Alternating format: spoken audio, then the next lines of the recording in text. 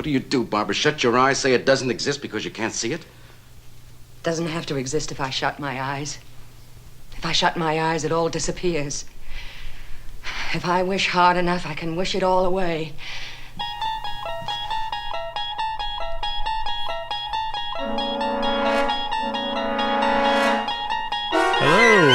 Welcome to another episode of The Twilight Pwn, a podcast that discusses each and every episode of The Twilight Zone. My name is John, and I am joined once again by my co-host Fred.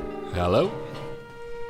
And today we will be discussing the 16mm Shrine, the fourth episode of The Twilight Zone, third episode of the podcast. This is going to constantly be a problem. I think maybe one day we should go back and watch the first episode so that... No, I don't see a reason to. No. This episode originally aired on October 23rd, 1959. And... so we'll start things off again by playing Rod Serling's intro to this episode. Picture of a woman looking at a picture. Movie grade of another time. Once brilliant star in a firmament no longer a part of the sky. Eclipsed by the movement of earth and time.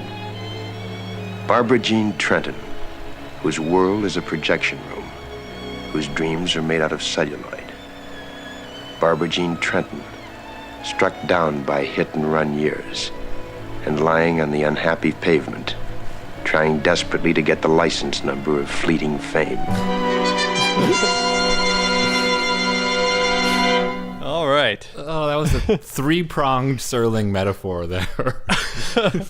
Trying to get the license plate of fate so she could make an insurance claim to regret. So, as we've done in the past, Fred, were you able to write your own particular introduction for this show? I was. Would you like to kick it off? Sure, I'll kick it off. Okay.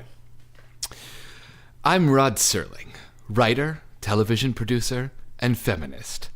Viewers of this program are no doubt accustomed to shocking sights and dramatic twists of fate, but I'd like to issue a special warning, because what you're about to see is so terrifying that the faint of heart may wish to change the channel.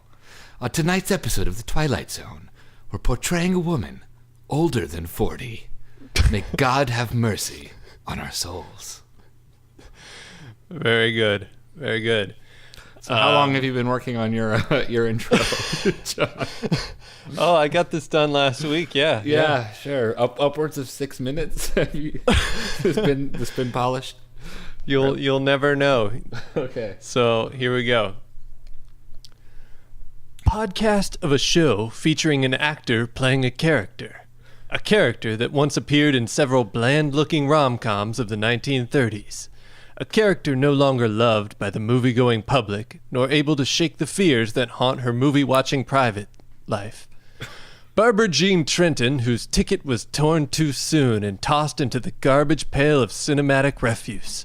Dropped from the jet plane of fame into the cornfield of shame, and looking for a map that might lead her out of despair and into the Twilight Zone.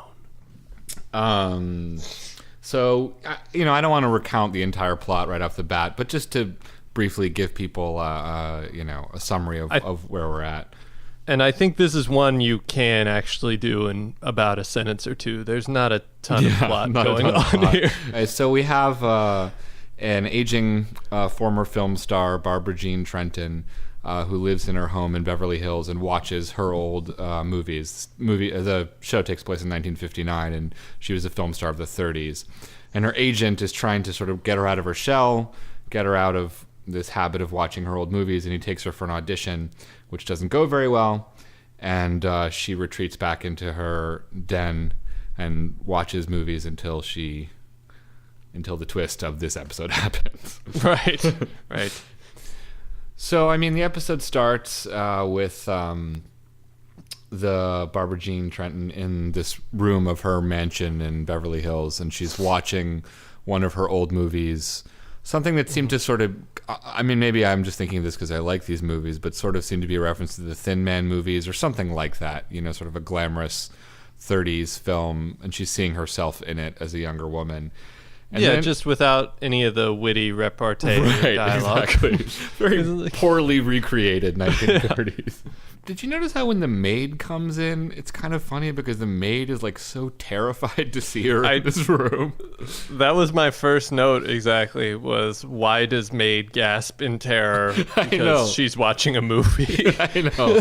She comes into the room and like the woman is not exactly where she sits normally. And that's so terrifying to the maid. But then you see the character on the screen is kind of holding her mouth, and then like her hand goes to her throat, and it is kind of creepy effective. The Barbara Jean Trenton steps from behind the screen and is basically mimicking what her character's doing at the same time, which is kind of neat looking, but it wasn't exactly horrifying. Anyway, so she's watching these old movies with herself in them, and I guess it's her agent, played by Martin Balsam. He comes and visits her and trying to kind of break her out of her shell and get her to, I don't know, leave the room and stop watching herself in these movies. Right. I didn't get a clip of that, but I did enjoy first she tries to get him to drink. It's like 11 a.m. and then he basically starts trying to explain how terrible it is to watch movies during the day when you don't have a job. And he describes the room she's in. He's like, you don't want to sit in that dark, dank, dirty, old cobweb-filled room. And it's like, it was a really nice room. That was, if that was the intent, that was one of the few screw-ups on the director, that the whole house looked really nice. I know.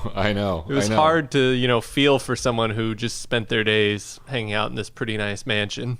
Yeah, that was kind of a strange thing. It seemed like it would have been better to show her, I mean, maybe not exactly in poverty, but, she doesn't seem to be doing too badly economically. I mean, like, she lives in a mansion, she has a maid, she can afford to just sit and drink all day. So he sort of, to break her out of her shell and to get her out of this room, he tells her he has a part, an audition for her at, I don't know, it's like Universal, or it's, you want a fake International. Name for it. International, right. American Pictures.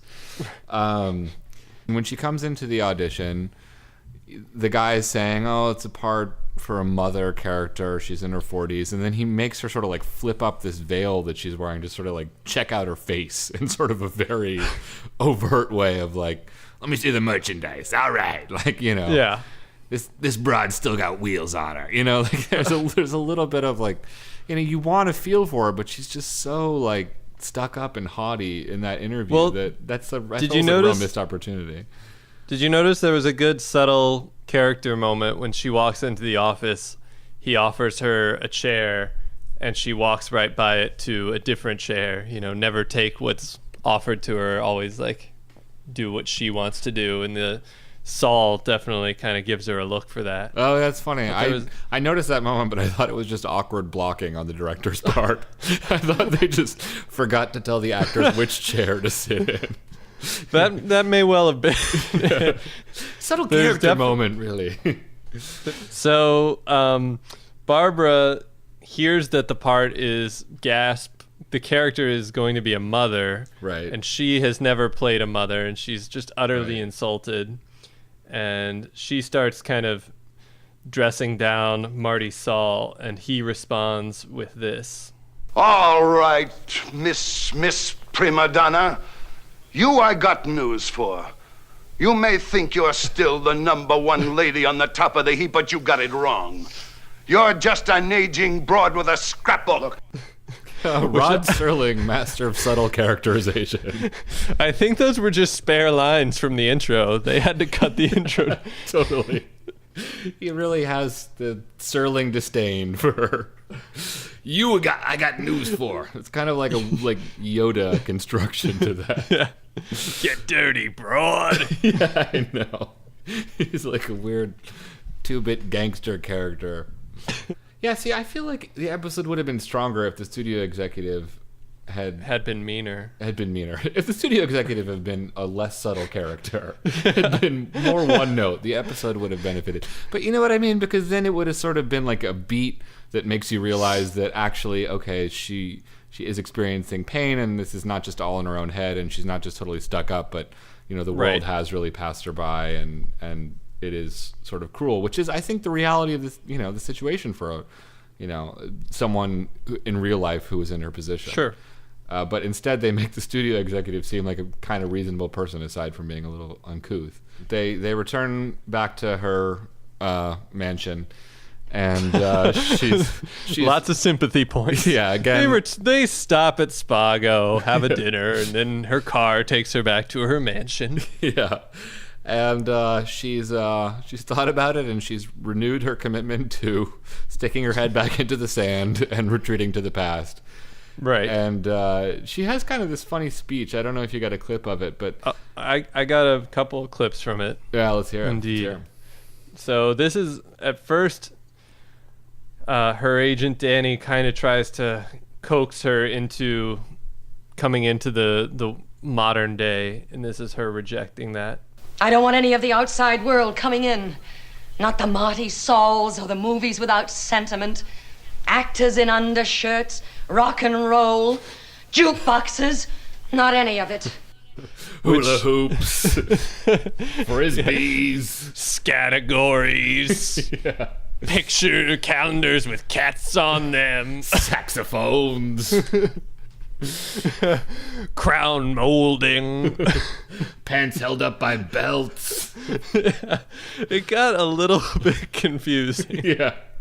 Rubber bands. When the most scandalous thing she could think of was men in undershirts. Yeah, exactly.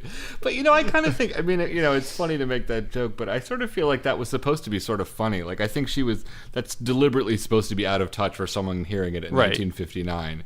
Because that was, at 1959, all that stuff would have been in circulation in popular culture, and I think... That was the height. Yeah, that was the height of the jukebox. That was the height of culture. Of men in undershirts in popular culture.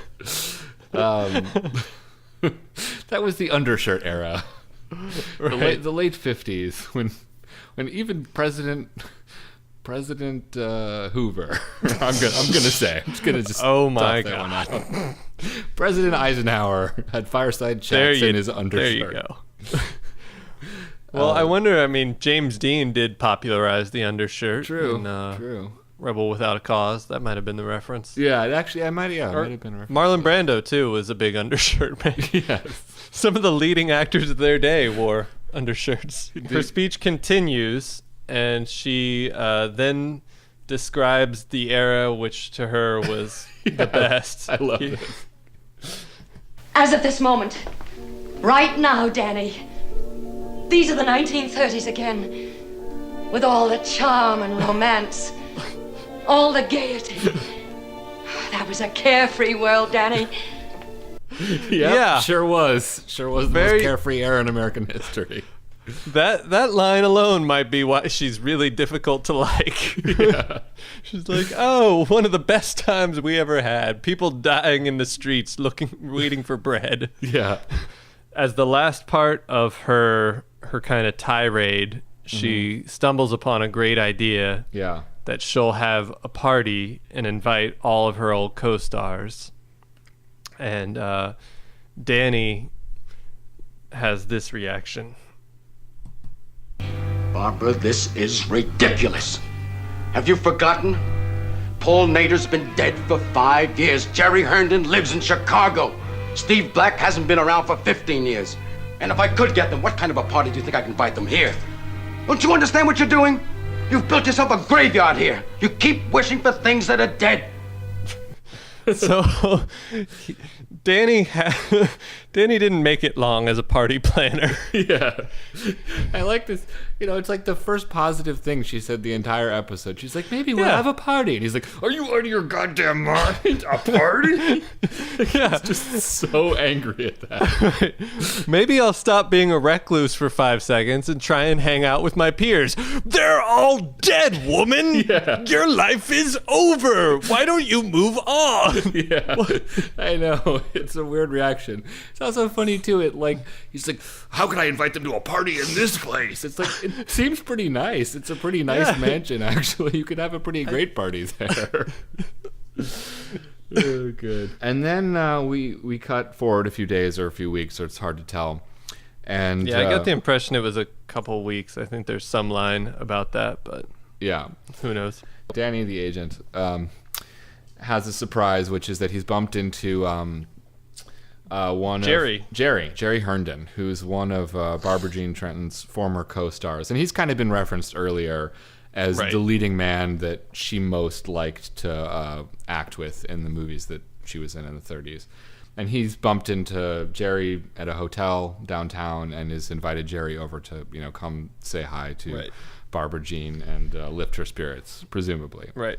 And Babs gets really excited and goes upstairs to get made up pretty. Yep, get her war paint on, as Danny says, "Get your war paint on, doll face." and she comes down, and we get one of the most... It's a perfectly fine thing, but it's a huge music stab to reveal that Jerry is slightly older. Yeah. It according to the music is the most horrific thing. It's basically like being revealed that he's a pig man from that other episode. Yeah, from Eye of the Beholder, yeah. And her reaction, being the lovely, charming person that she is to be horrified that her old friend has aged at all. And she's so upset by this that she won't speak to him. Says that she'd expected his younger version of himself to arrive, and she storms out of the room, kind of. Well, and again, this is another scene where it's hard to be too sympathetic towards her, just because everyone's so darn nice. Yeah. Jerry is extremely nice to her and sweet, and tries to explain like, "Oh no, I have my little business, and I just don't act anymore, and it's okay." And he's like basically Mr. everything's Rogers all right now, and she's like, "That's disgusting." He seems like to be a very successful businessman too. It's like he says he runs a chain of supermarkets, and she's just like horrified by that. Right. They could have made him like maybe a little down on his luck or something, like maybe he's a gambler or something like that. But she's terrified that he's become a respectable person. As horrible as it is, I think everybody has had that thought of running into an old friend and expecting them to look kind of like they did when you last saw them, and it's sort of being surprising to see them again. It's just that most people don't subsequently wear that surprise on their face and then run out of the room in disgust. Right. And then hold up a picture of the way the person used to look and said, "You're dead to me. This is the real you." Yeah, exactly. So she goes back into her room and just is wishing and wishing and wishing that she could return to this glamorous world of the Great Depression. Right. And the screen goes a little blurry, and then it cuts away. And this is, the twist of the episode. Well, and then the maid comes in. Oh, God, yes. And probably sees like a doily out of place. Yes, and exactly. Screams in utter terror. And throws the plate of coffee that she had onto the ground and it smashes. Right. And then it goes to commercial. And then it comes back. Yeah. And there's another couple minutes of explaining to Danny, the maid, explaining to go into the room. And so it's like the twist has happened, but we've got another couple minutes to get through before they'll just admit what the twist is. Anyway, so Martin, the agent character, comes into the room and he sits down, and clearly the maid has seen something on the screen in the screening room that terrified her. And what could it be? What could it be? And the agent is like, "I'm gonna watch it." So he turns it on, and surprise, surprise, it's the house that they're in, the mansion, and on screen, all these characters from the 1930s movies that Barbara Jean was in come into the house, and they're all arriving for a party. And Barbara Jean comes down and greets them, and she's wished herself into a 1930s movie, and she's there on the screen. Dun dun dun. Dun dun dun. That's the twist. I guess now that we're on it, this is why I was thinking this could so easily be a bad twist, just because we don't have enough information. I mean, with Serling's closing narration, it's very clear she got her wish and she's happy, but what? Is she dead now? Yeah, exactly. Like, does she only exist on that film strip? Does she only exist when people play it? Yeah, if it's not playing, does she get to be at the party? Is it a good... I don't know. Yeah, it's very unsatisfying. Like, is that scene just happening over and over again in her life, which in a way would be terrifying? Or is she just living for all eternity a constant 1930s screwball comedy? Right. Forever. Yeah. Twist is pretty disheartening. Really takes the wind. You know a good twist when it really takes the wind out of your sails. When you're left even more depressed than when you started. This is not a good twist. I mean, on so many levels. You know it's coming, so it's not surprising. It's exactly where the episode is headed. The weird twist, in a way, is that there's not a twist. It's like the twist is that nothing bad happens to this woman. She doesn't get her comeuppance for, being sort of a horrible person and wishing for something that someone shouldn't wish for. It's like the twist is that, she just kind of gets her way. It's completely not unexpected. She wanted to basically live in a movie. She wished for it. She got it. Yeah. There's okay. It's a pretty simple transaction. In the Twilight Zone, whenever something metaphysical happens, like whenever something magical happens, there's usually like a couple different ways that they treat it. Like one is that it's explained pretty concretely what's happening. Like in Mr. Denton on Doomsday, there's this peddler who explains, okay, here's this potion, here's exactly what it does, here's the effect. And it's obviously magical, but you know exactly what's going on. And in other episodes, there's just some magical thing that's never really explained. Like there's an episode I just watched where a guy's car comes to life and, chases him down because he committed a murder. And it's ridiculous, but, at least the episode has the dignity not to try and explain how that happened. You know what I mean? And what I hated so much about this twist is that it cuts this weird middle ground. There's there's a mechanism that gets her to this magical place, but the mechanism is just her wishing really hard. You know what I mean? It's just like, what is that? That's not a thing. That's not fair. It's just the way it works. It's a weird moral. Exactly.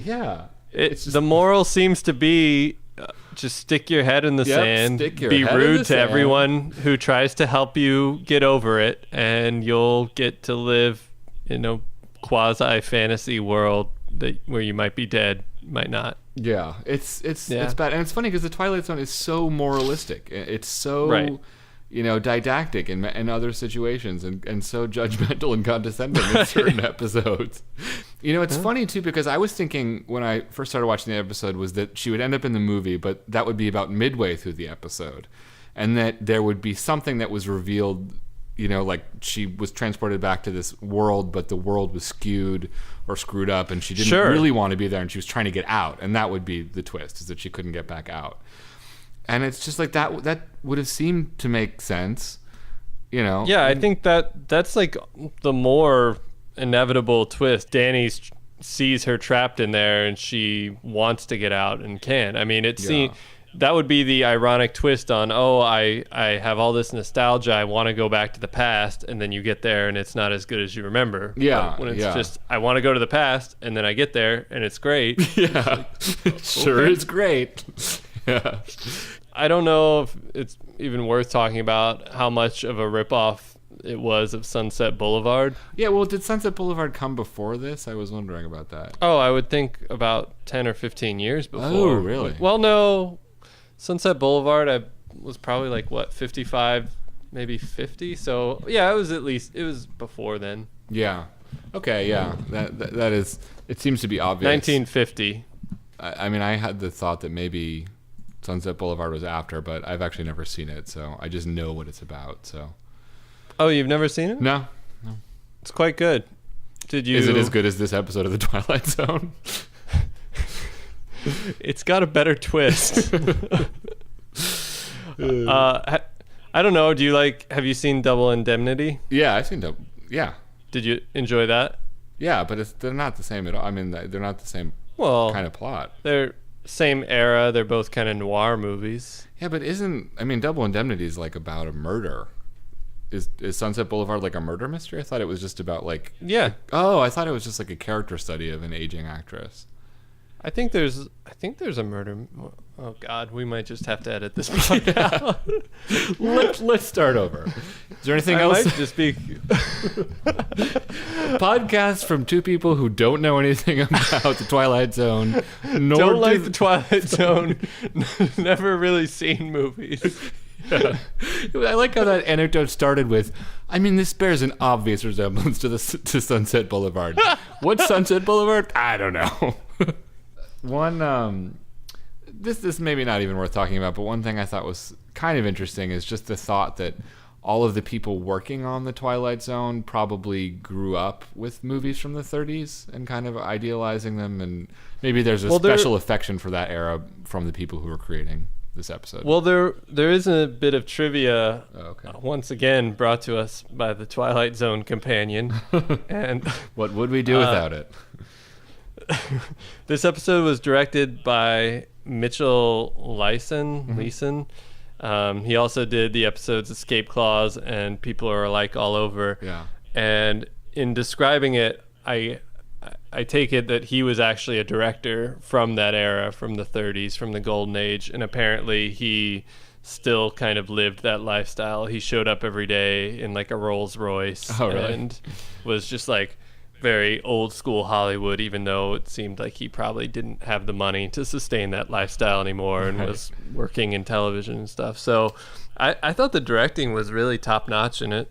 Barbara Jean Trenton was played by Ida Lupino, and she was pretty interesting. She had a career, not so much the 30s, she worked a lot in film in the 40s, and then her film career had started petering out. But what's interesting about her is she is really a pioneer in female filmmakers. She was a director.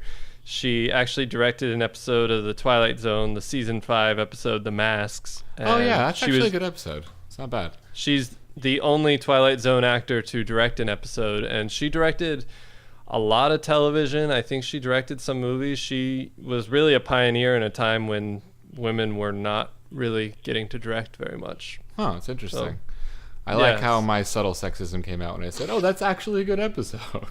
Yeah. Who would have ever thought a dirty dame could do that? Well, the funny thing is that I said it's actually a good episode because you said season 5, and I associate season 5 with the real whimsical bullshit episodes of the Twilight Zone. That was Mr. Dingle's time to shine as season 5. Right. She was great. I mean, she did a really good job. It's just the characters was not written as very likable was the thing. Right. Marty Saul was played by Ted DeCorsia, who also appeared in the season 5 episode The Brain Center at Whipple's. Oh, yes. Yes. Another season 5 gem. Do you have your MST3K connection? Because I got mine. Oh, I've been keeping it back. So Martin Balsam. Great actor. Yep. Also appeared in several episodes of the 80s Twilight Zone. Yep. Also appeared in the season 4 Twilight Zone episode The New Exhibit. Gotcha. And appeared in the classic MST3K episode Mitchell. Yep. As Mr. James Arthur Cumming. Yes. Yes. Except, of course, if Galano's backing him. But what about Lustretta? Forget about Lustretta. What about Galano? Oh, Mitchell jokes. Indeed. Our 20 listeners will delight in Mystery Science Theater. Actually, I think we alienate our 20 listeners when we go down this path. I don't care. It's worth it. To start with the rating process, maybe to rate the twist, I think we've already agreed.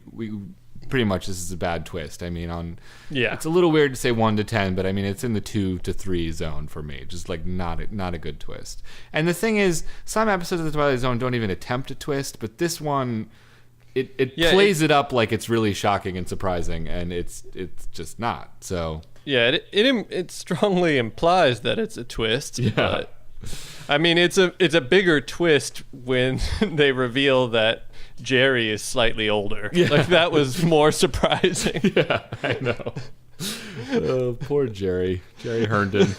So, anyway, I guess... What would you say on the twist?